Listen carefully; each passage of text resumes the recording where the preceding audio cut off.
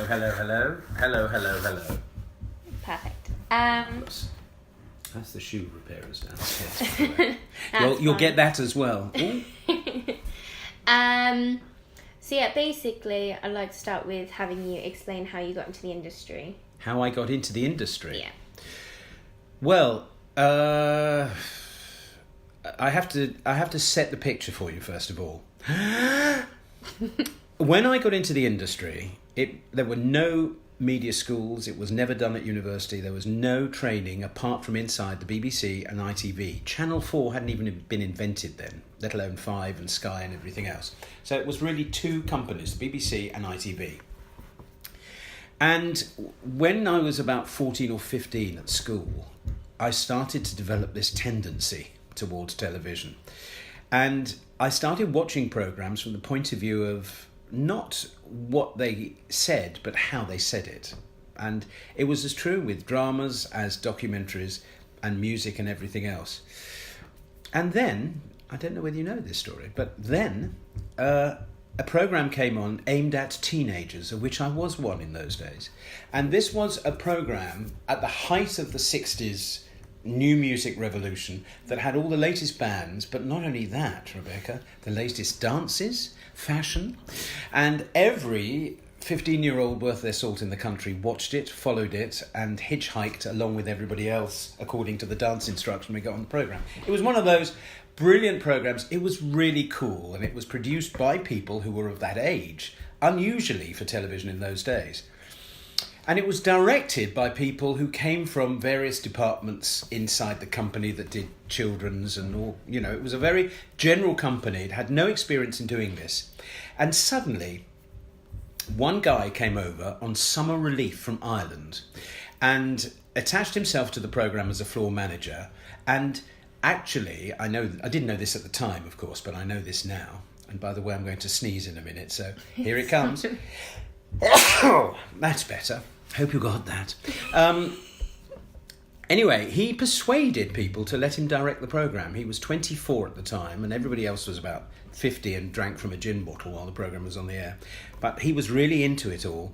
And he did things with the cameras that surprised me so much, that got me so interested, I decided at the age of 15 I was going to go into television.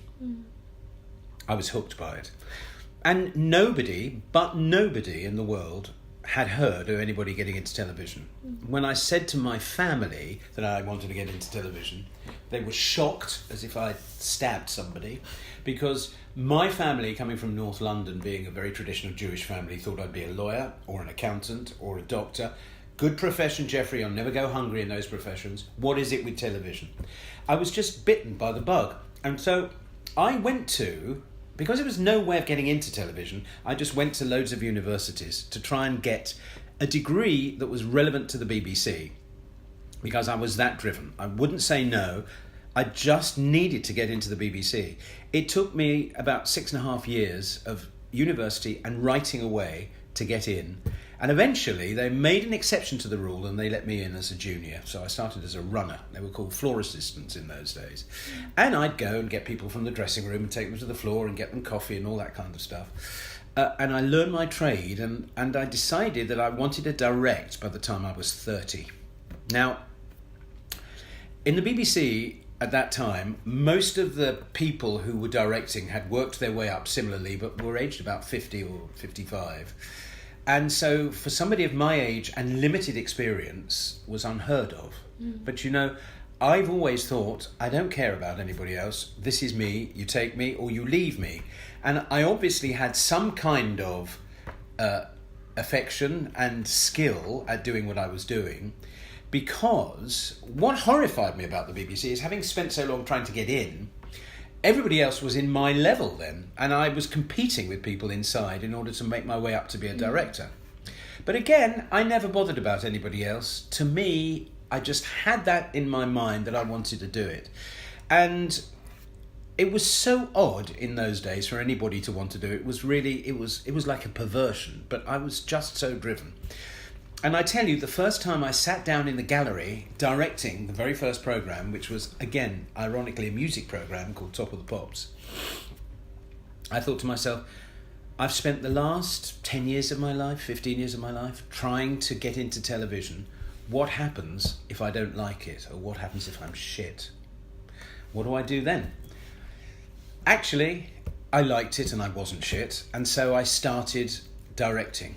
And directing, to me, is always what I love doing best. But in the BBC, they kind of pushed you up to be a producer. So I became a producer-director, which meant I could do both jobs, and I could do all kinds of things. I didn't just do comedy, I did music and I did events, and because that's the way the BBC was. You could just go and do whatever you wanted to do.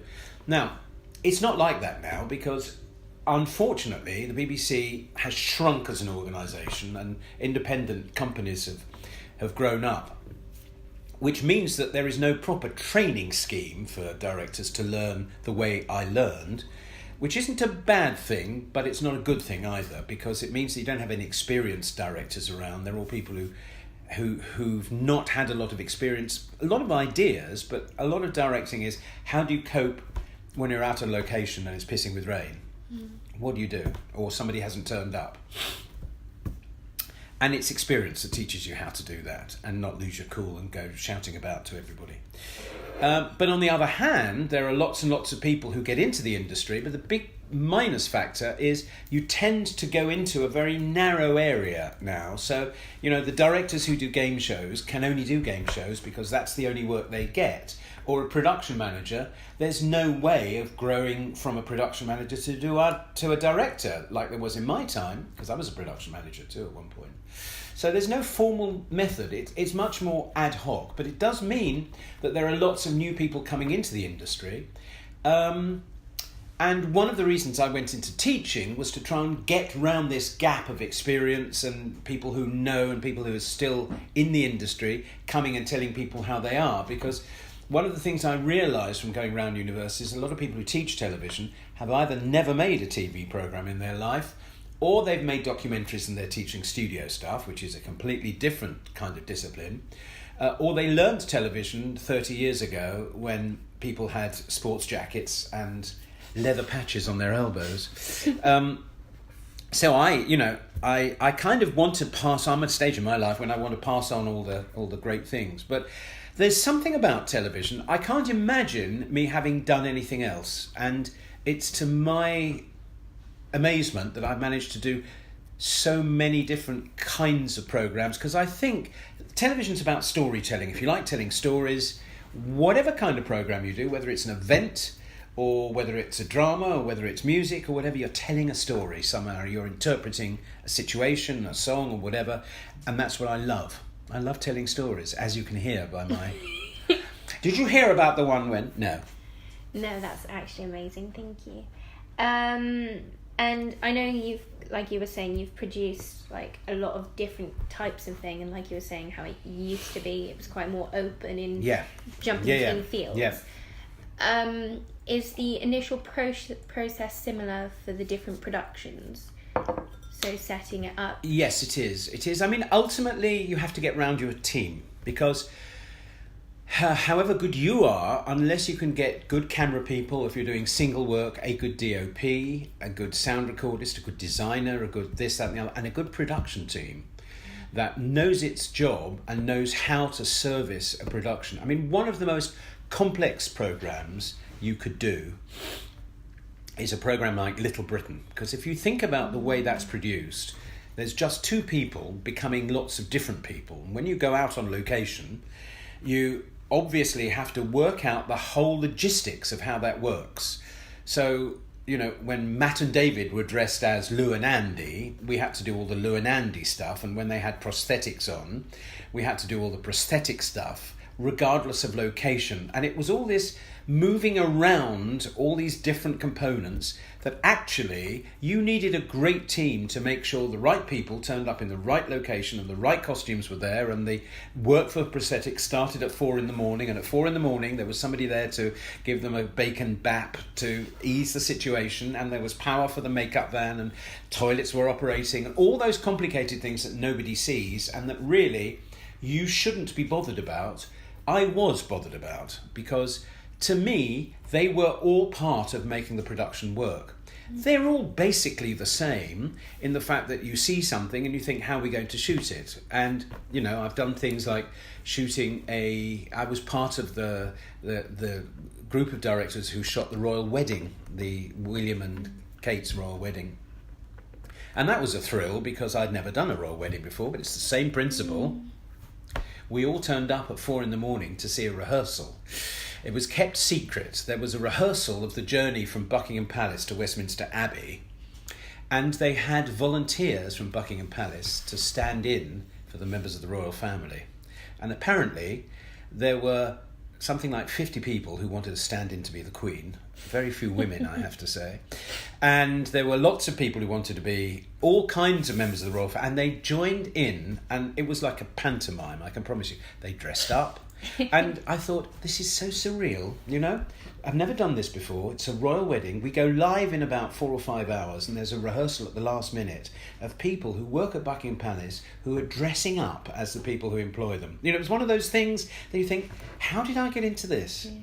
How did I end up here? But it's part of the joy. There was a programme on last year that won a BAFTA award for the director called Passchendaele. It was a celebration of the big Battle of Passchendaele.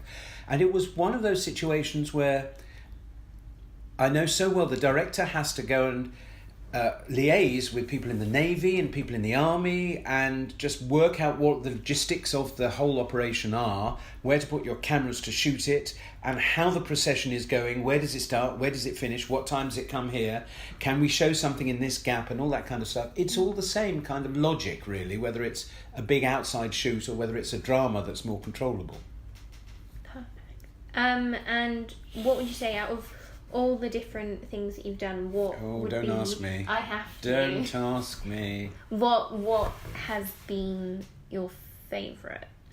Or the one that... Can I do a top 5? Can I do a top 5? Okay, so because there are different things. I did about 15 years worth of work with an artist called Victoria Wood, who died last year, who was an incredible comedian. And I am so proud of the work I did with her because it was one of those cult programmes. She was one of the few comediennes when she started, because there weren't very many women making TV programmes. She was very smart and very sassy, and I loved the scripts, and we worked really, really well together. And so I put that in the top 5. I did a series called Saturday Live, which was a live programme that went Saturday night and Friday night with people like Harry Enfield. This was 1980s, before you were born. Harry Enfield. We discovered lots of people like Paul Merton and Ben Elton and people like that. We discovered a load of new comedians who came onto the scene, and that was really, really exciting. And it was one of those live programmes on Channel 4 when they hadn't done much. It was 86 to 88. And Channel 4 had only been on the air 4 years, and we took over Saturday nights on Channel 4, and it became a cult programme. And if you've ever been in charge of a cult programme, and you know that when you go on air, people are going to watch you, not just for what you're putting on air, but to see whether you're outrageous and whether you break the law. And we did on a couple of occasions. We had to get a lawyer to apologise for things that we said, but it was all part of the fun, so it was really, really exciting. So that was a live show. In about 5 years ago, I had a great year where I did the middle bit of the Olympics opening ceremony, 2012 opening ceremony, so 6 years ago, and the Queen's Diamond Jubilee, which I lectured on when I arrived there. And that was incredibly exciting for me to do that kind of thing. And I did something called The Marriage of Figaro, which nobody knows about really. It was the opera, and it was done as a soap opera and transmitted over 3 nights on BBC Two, of the 4 acts of Marriage of Figaro in English. And it's a funny kind of script, but an opera group had written a very funny contemporary script to it. So it was set in modern life, and the Count, who was a philanderer, was based on a politician at the time who'd really disgraced himself by kind of having lots of love children and had to resign from government. So it was perfect. And it was an opera, and I've never done an opera before. So I guess if I was to be, they all had different kind of things going for them, really. And I'm really proud of Little Britain and Come Fly With Me and all the other stuff that I've done over the years. And people, Steve Coogan and Harry Enfield show, and I've loved doing them all, really. So it's difficult to single out stuff. Do you think that with the fact that you've been able to jump across what is now sort of individual departments, you've been able to jump between them, you within production as well as directing, sort of taking that leading role, you've been able to kind of understand departments completely more. Yeah. Completely. It helps coming up through the system because because you've been spending time coordinating what all the different departments do, including costume and makeup. And they're two departments that very often get forgotten but are really crucial to a programme. Some more than others, but I mean, you begin to realise also how far you can push the production, how much you can get out of them, when to give them a break, when to get the most out of them. Because as a producer and as a director, you're right at the top, and how you run the programme really dictates how it looks on the screen as well. Because I think if you have a reasonably happy production team that will pull out all the stops for you, and they have over the years, because my approach has been, this is just fun. It's hard work and it's ridiculously stressful. But at the same time, if you all go through that stress together, you come out of the other end and you have this bond which is difficult to explain. It's a kind of a family, but it's a temporary family. Because if you think about it, when you go out on location, you sometimes spend 5 or 6 weeks away from home, or you go home at the weekends, but you spend your whole time with this group of people. So I'm very careful whom I choose to work with, because I only work with people who are nice, who aren't moody, who are fabulously creative, like working with me, which I think is very important, and we have great respect for each other. It's very important when you do a live show that you steer it and you control it and you run it like the conductor of an orchestra. It's all in your hands, but it helps if people think they're in safe hands and they're not panicking, and that you're in charge and that you can do the job and have fun doing it. And I can't tell you, it's difficult to describe when you come off a live show like some of them that I've done, or I've described to you, what it feels like. It's just...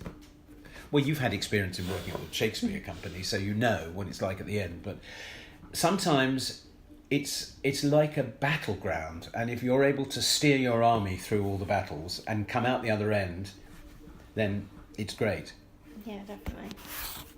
No, it really... Rebecca wanting to find out. No, because basically, for my business plan, I'll kind of get to the point with it all, is I want to build this business plan on the premise of building a production company that is across not only all basis of TV production, but looking at event production as well, and theatre. So having something that is much more open, and having basically someone who understands the key elements of everything, and having one main voice, that with the premise of kind of being able to filter out some of like the initial problems of like having to go to like 4 or 5 different companies for individual things. So for example, if you're putting on something in the Royal Albert Hall, you'd have like an events producer for the Royal Albert Hall, you'll have X, Y and Z head of departments, but as a client you'll be able to go to one person and say, I want to do this, can you make that happen? And then it will be, for example, me turning around saying, okay, what do you want, how do you want it, what's your budget? Then I will go out, I will then go into those individual areas of, say, if they wanted it in a theatre or anywhere, and then work with their budget depending on what they want. So from large scale to small scale kind of things as well. So for example, even if it's just a building launch, but they want the ability to stream it online in 360. That way it's having, you know, a production company that's also across the tech side of stuff as well. So for example, say if it was me and someone who was a broadcast engineer who understood how things like physically would work, and the capabilities of like the networks and stuff like that, and saying, okay, we might need an extra £200 in this area, and keeping it quite open and simple to make the clients' lives easier. That's basically the premise of the idea. It's a very good idea. Some advice to you. It's a bit like running a production company. You can run a production company and know an awful lot about one area. But the more you know and feel comfortable in the different areas, whether it's rigging, whether it's orchestra engagement rules, whether it's how you contract musicians, how you contract actors, if they need any script, how to work with writers, plus seats, how to get something in, all of that kind of stuff, you need to have a basic grasp of. I know you know this, but there's nothing worse than a production company that says it's going to put something on and doesn't know how to.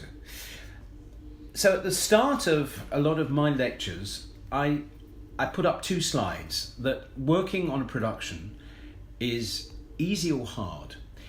Easy if you're responsible for the whole package of the production.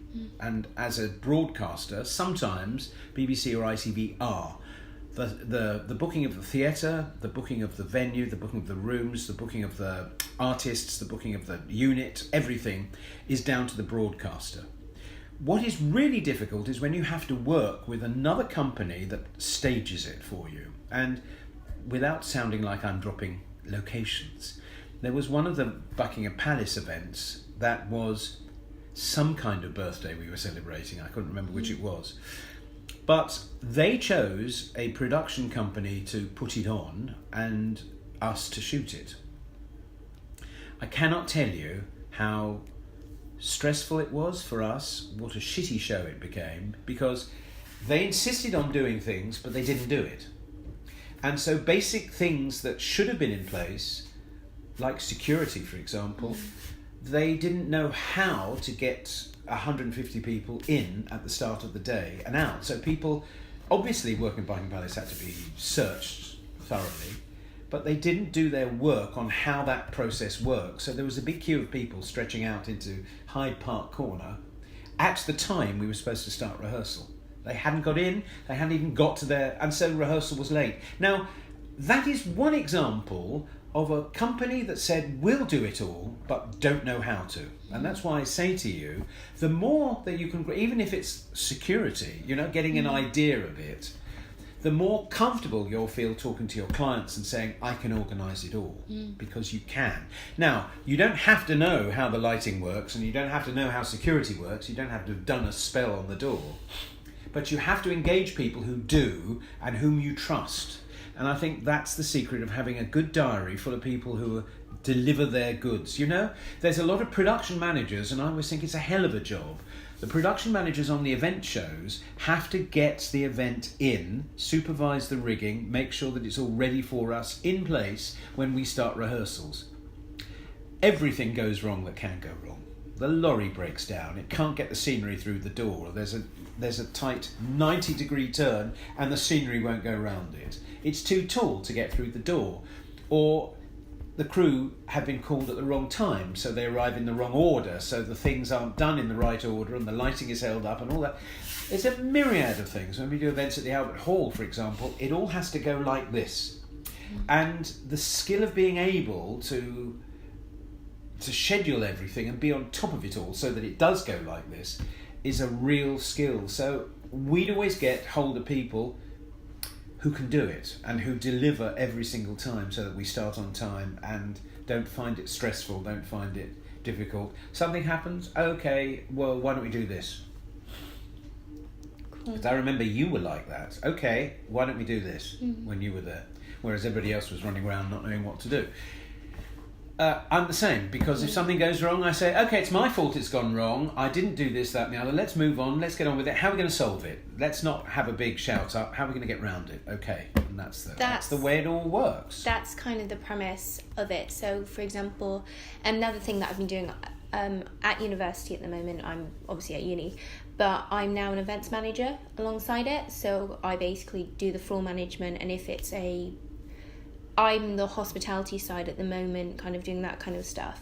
But sometimes I've been more talking to like the broadcasting side of the different companies that have come in to do, say, charity auction dinner, and it's being streamed or whatever. I've spoken to them. I've said, look, I'm actually a student at Ravensbourne. I've done a lot of floor management. Obviously, you're not going to give me most of the floor. Like, I'm just saying that I understand what your requirements are.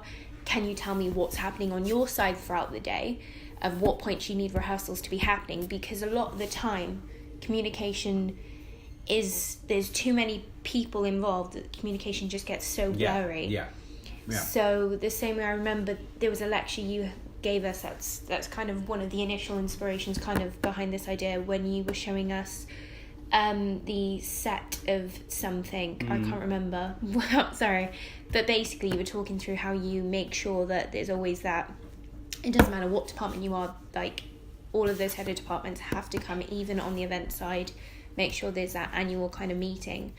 And from what you were saying about how the BBC used to work, it's kind of like, in my opinion, there should be more opportunities that are like that again, because I feel like there's this kind of, from my point of view of seeing the two different universities, there's this kind of urge of kind of just getting into the industry, but then a lot of people I know kind of stick in a similar level, or they stick in a similar area when they actually just took that job to be in that area. Well, why would you go into the industry if you don't know what you want to do in the industry? That's the big surprise to me. When people say, I can't tell you over the years how many people have approached me and say, how do you get into television? Now, I feel a bit ambivalent about that, because nobody told me how to get into television, and there's many more ways now. And I always think if you're going to go into television, you should know how to get into television. But putting that aside for one moment, because now I'm sounding like an old fart, which I'm not. I think once people have an idea that they want to go into television, surely part of it is saying, I want to... You don't have to direct, but I know what I want to do, rather than I just want to get in and see what there is. No. I'm sorry, it's not like the shop floor, You want to do something and you'll do it. If you don't know what you want to do, you won't go very far, because you don't have that drive that you need to do it all the time.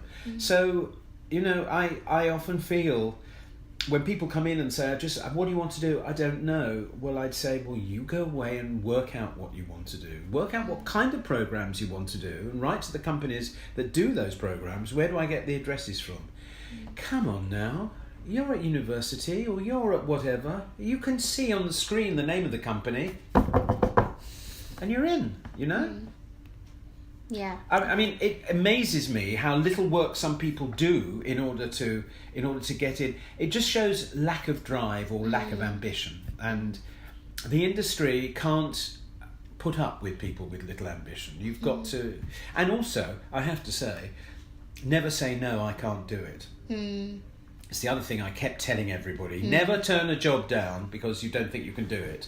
Because you only get certain opportunities every so often. And the idea is to grab the opportunities. And if you're a little uncertain, go and do your research to make sure you don't fall flat on your face. And if you're overstretched, maybe you're overstretched. But check and double check everything you do to make sure you haven't made a mistake. And then at the end of it, when you've done really well, people say, oh, congratulations. They won't say anything if you say, oh, I don't think I can do this. It's a bit beyond my capabilities. I mean, I always jumped at chances to do everything, thinking, not sure how to do this, but I'll find out. Yeah. No, I think that's kind of how I've been across a lot of things.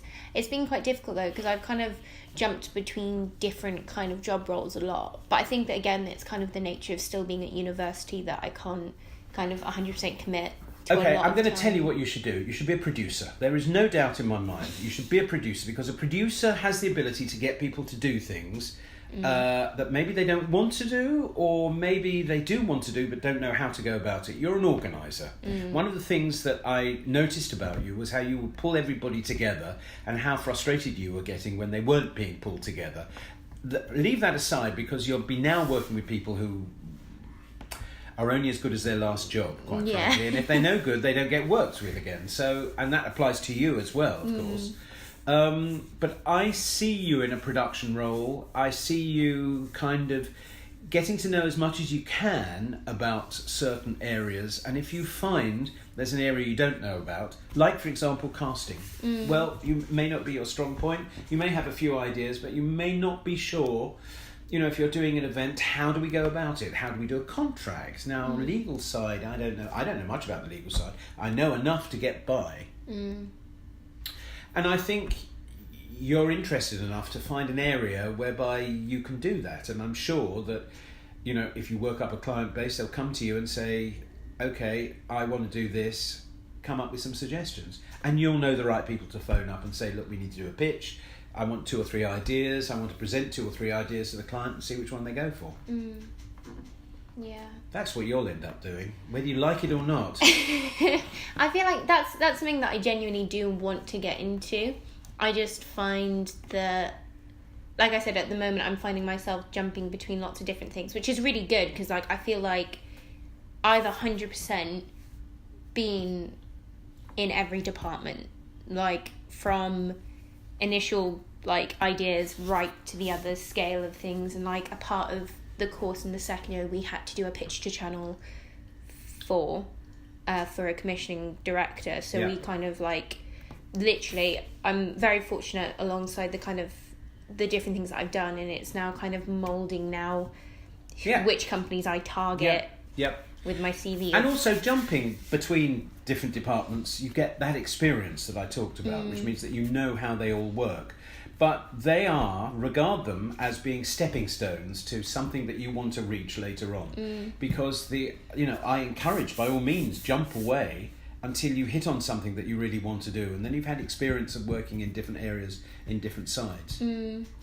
It's not a bad idea if you don't set yourself a target by saying, I want to reach this time by the time I'm so-and-so, because it's very easy to let things slip and to say, well, it's difficult at the moment. People don't reply to my emails and they don't answer and all that kind of stuff. They won't. You know, you have to push yourself and you have to find out how to land on people's doorsteps and say, I'm here, will you do something for me? Because I think you need a certain kind of personality in order to get on. Shrinking violets don't do very well, and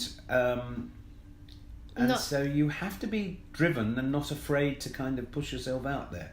And I mean, I have no doubt that you'll do very well once you find the area that you really are at home in, and you'll kind of get to know that area from top to bottom. And I have no doubt about you at all. Hopefully. Fingers crossed anyway. Well, I mean, Jenna, bless her cotton socks. I love her. I mean, she is adorable, but she's asked me to take some courses with 3 days' notice. And I keep saying to her, you know, I don't mind coming and chatting, but I don't have that kind of diary where I'm sitting around waiting for people to. Why don't you work out? And she said it's all so chaotic. So I think she's loving what she's doing, but I think she's a bit chaotic. We were talking about that, yeah. And it's a pity because I couldn't do it, and I don't know who she got at that short notice, but nothing gets put together in that short time. So it must have existed back there, and I'm not particularly interested in doing that kind of thing anyway, but certainly not to be asked at 3 days' notice. And I don't think she'll find anybody else at that notice either. No, not of certain levels at least. No. And it was because she's messaged me a couple of times actually, because obviously she's helped me with a few, like getting into a couple of jobs, because she's thought of me and gone, actually, you know, do you want to get into this casting thing, because I can slip your application in with the other students that I have. And she's been amazing, but there'll be some messages which she'll send me a message like literally on that day being like, oh, I'm actually like doing a lesson on like production, like, are you in Ravensbourne? Like, you can come in and like talk to them if you want. And I was like, no, I'm actually on a shoot today, like I can't do that. But no, she does seem like she's really, really happy doing it. I think that's kind of my aim in general, just to find my bubble. But it's a great industry. This is a wonderful industry. It's not like work. I can promise you it's not like work. And this is from somebody who has worked extremely hard at getting what I've got. I don't want it to seem like it's all easy, because it's not. It's fantastically difficult, but it is the best fun of all. It's not like other jobs where you have to work. Very funny. I've done some work for a charity, and the charity was invited to Buckingham Palace to have, I keep on mentioning Buckingham Palace, to have dinner with Prince Edward, who is, I think, possibly the most dodgy looking royal that there is around, and who is rude to the point. Well, anyway, I was sitting next door. This was a medical thing I'd done some work for, and I was sitting next door to some surgeons, and they said to me, "And are you a surgeon?" I said, "No, I'm not." "Well, I manage to cut things up occasionally." And he said, "Well, what do you do?" I said, "I work in television." He said, "Oh," and then turned away. And I thought, you don't understand, do you really? No. And their world is very different, you know. Their world is not full of joy, apart from what they do. But ours is creating something, and that's an incredible feeling. When you start with nothing, at the end of it you have something. It's not like working in a bank. However good you are at banking, you're never going to be able to walk away with something unless it's a wodge of money. But you're never going to walk away with something that you've done, that you've created, that you've part of, that you've put your whole body into. Definitely. I think, well, that's what I'm looking forward to, because I was thinking to myself, in comparison, obviously we're all doing our final major pictures of what we're going to be doing at the moment, and it's just sitting and listening to some of the ideas. I'm going to be PAing a 16 camera race course, and I was like, you said that to anyone in UAL, first of all, no one would have thought of that idea, and second of all, he's doing it really cheap, because he's made those relationships with companies that he's worked with, that they're going, you know what, we'll help you do that, because we know that obviously it's helping you guys learn to get to that next level. It's just, incredible. I am looking forward to it. I can't tell you how difficult it was to get that thing organised, that event organised. I mean, first of all, there was no money to do it. So, but that's never stopped me in the past, because, you know, I've got relationships with people. And I just felt that nobody in the university thought it was worthwhile. None of the lecturers or anything. One of them came up to me and said afterwards, the only thing I really didn't like that event, because it wasn't an event, it was televised. I said, it was a televised event. And in their eyes, this is one of the people who's still in the department, said, well, it wasn't from my point of view, because you went upstairs and downstairs, and, you know, it wasn't a proper show. And I said, no, it wasn't a show, it was an event. And that lack of understanding what an event was quite extraordinary. I hate to keep going back on it, but it is relevant to what you're talking about, because, you know, that took a lot of organising to get that off the ground, and I felt so sad at the end of it, because very few people actually appreciated it. I don't mean appreciate it from my point of view, but appreciated what they were doing. Yeah, no. I think that for me, that day was one of the days that I thought to myself, well, one, I definitely know that I want to be in an OB kind of situation all the time, because especially doing the events management, I've found that I'm much better at just kind of, no matter how much is going wrong, just keeping level head and being like, you know what, well, we've got A, B or C. I'm very much a plan Z kind of person. And so I realised that by doing that, but I remember speaking to Molly about it after the event, and both of us learnt so much from it. But then Are you still in contact with Molly? I've occasionally messaged her, but at the moment she's quite busy, and is she busy working? Yeah, so she is currently working for ITV. Oh, good. In casting. Oh, great. Ironically, yeah.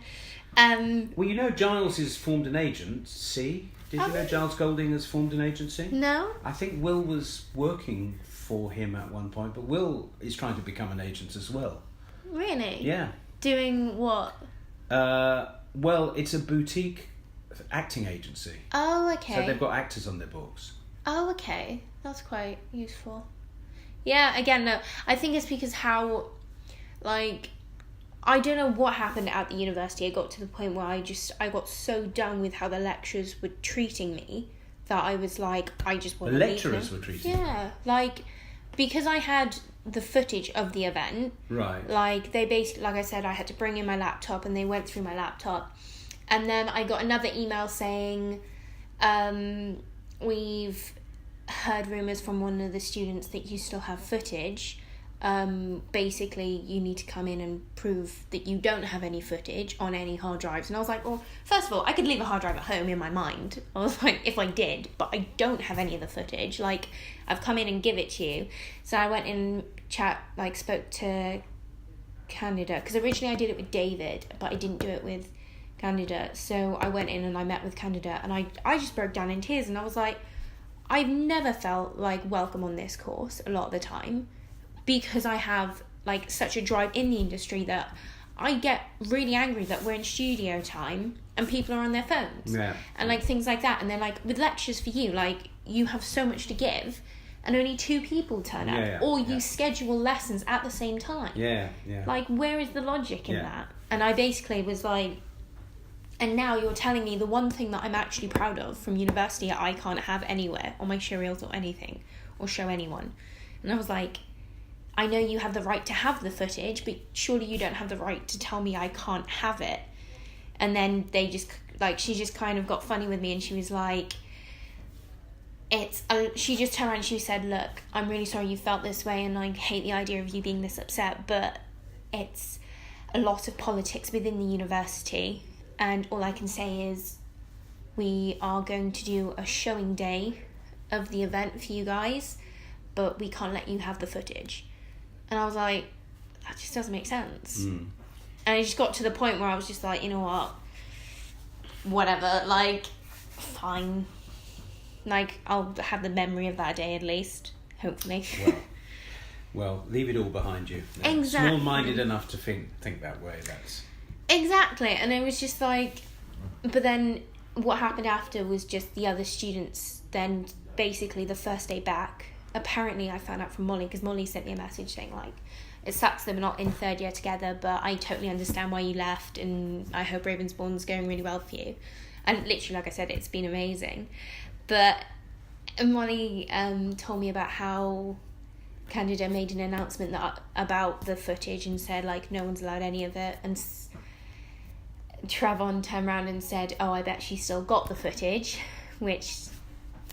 Why was it that nobody could have it? I mean, why wasn't it edited up in a form where you could all take it out and say, this is what we've worked on? Literally, the first time I went in to see David for it, I said...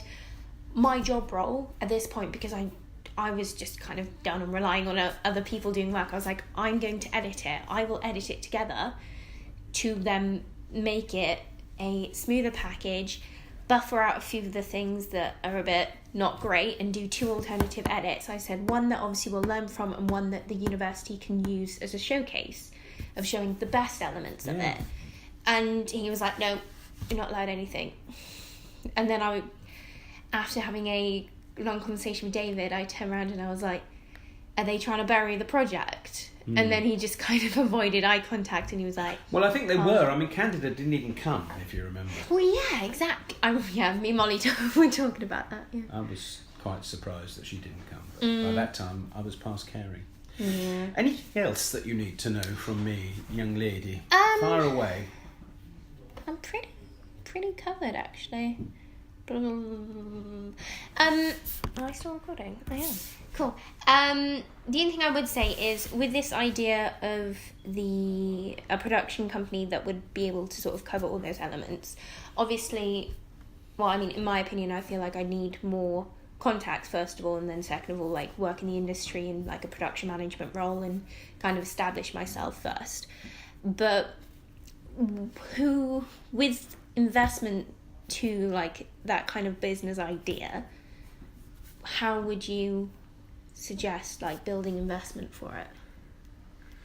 Well, I think you probably need to build... It's a bit like actually having a show reel, in that you have to start somewhere. And, you know, unless you get given a chance to, say, direct, you'll never get a show reel. The only way of doing it is to do your own thing and organise something. And I suggest you try and start organising your own events on a small level and using that to get other people in the industry interested in you in whatever area you want to end up in.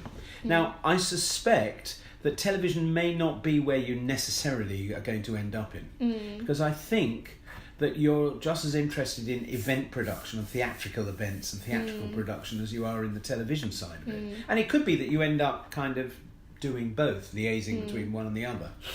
The thing is that the contact base is very different in television from that in events.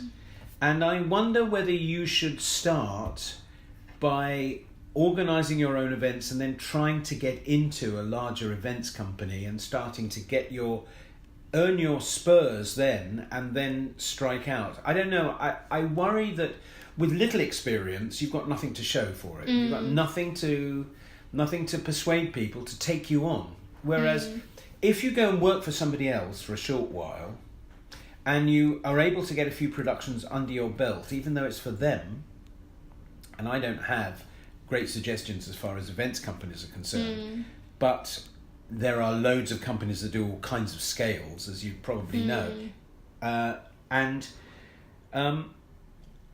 organise a few of those under your belt, and then go out on your own. Funnily enough, one of the students who Will, actually, do you remember Will? He was tempted to work for a big agency, and he also had an offer from a very small boutique company, and he said, which should I go for? And I said, go for the big agency, because it's not, in a small company you'll be a big fish in a small pond, but you won't have the experience. And spend a little time with a big company knowing how they do it, and then branch out on your own and do your own thing, and then you'll have that experience under your belt. But it's the hardest thing. It's chicken and egg all the time. How do I get people to invest in me if I have nothing to show for it? So that's a way of having something to show. In a sense, I did that by working for the BBC and getting all the programmes I did done at the BBC, and then I left to go on my own. So, I was able to learn how to do it and have somebody else take the risk with me, and then form a company on my own. And I plant that thought in your mind that it might be a better way, because you're in competition with a lot of other people who are emerging from university, and they're all in the same boat because they've all got limited amounts of experience, but not so much experience that somebody would trust you with a big project to do. Yeah, definitely. And so you need to start working for other people who do big projects in some capacity or another, and then use that experience to come back and form your own company and do your own thing. Yeah. No, that would be... It'll also make you a better producer, because you'll have had experience in how it all gets put together, with somebody else being there as a safety net. Yeah. It's hard to get people to trust you and invest in you, but you have to show them what you're worth, and that's one of the best ways of doing so. Yeah, definitely. It may not be the answer you wanted to hear, because you probably thought, I'm going to give you 5 numbers, and you phone them up and they'll all say, okay. But it's not like that. No. It never has been and never will be like that. That's literally perfect.